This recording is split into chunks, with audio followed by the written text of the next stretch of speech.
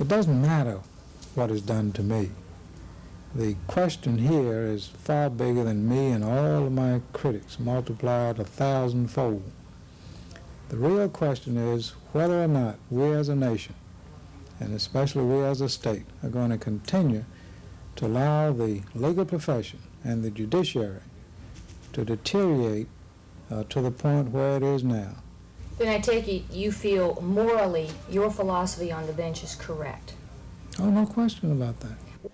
But do you feel there are U.S. Supreme Court rulings that back up your philosophy on defendant rights? Do you think you are legally correct? You've been around long enough, and most of us, to know that you can find a decision to support any position that you want. And yes, there may be majority opinions which would question some of the things that I may do. But I believe that I am within the parameters of the law, and certainly within the parameters of the Constitution. And I have no fear, again, that anything that I have done may have prejudiced anyone. If the question is, have I made a mistake? I am not Solomon, not a descendant of Solomon. No doubt I have made mistakes. No mistake that has been deliberately made, no mistake which justifies the action, the vindictive action which has been taken against me.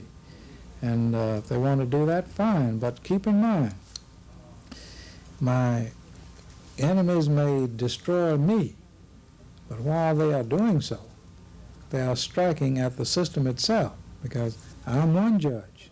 But you go on and set a precedent where all lawyers have to do is to get mad with the judge and then file some charges against him.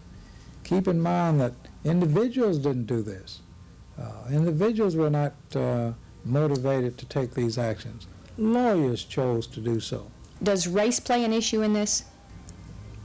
I always try to shy away from that as a crutch, but everyone also knows that it's much easier when there is the racial problem.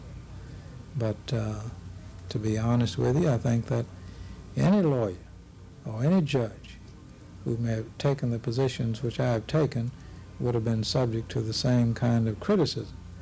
The intensity of it is certainly aided by the fact of race. Do you have an expectation out of the Supreme Court hearing? I always expect the worst.